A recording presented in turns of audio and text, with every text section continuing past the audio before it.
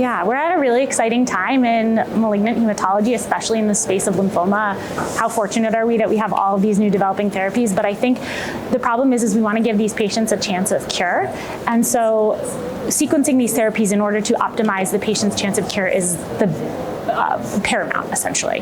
And so what we know so far is that bispecific antibodies are an effective therapy for the treatment of lymphoma, but currently response rates for relapsed refractory disease are only about 35%, and the duration of response is still so novel and new that we don't have long-term follow-up data to really call these patients cured.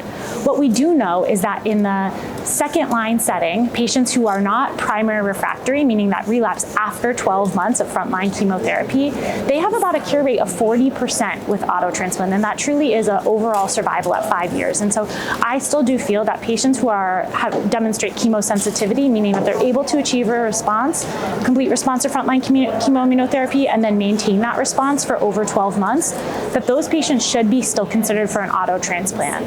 In terms of patients who have primary refractory disease or relapse within 12 months, those patients should be considered for CAR T-cell therapy as shown by the ZUMA-7 and Transform clinical trial.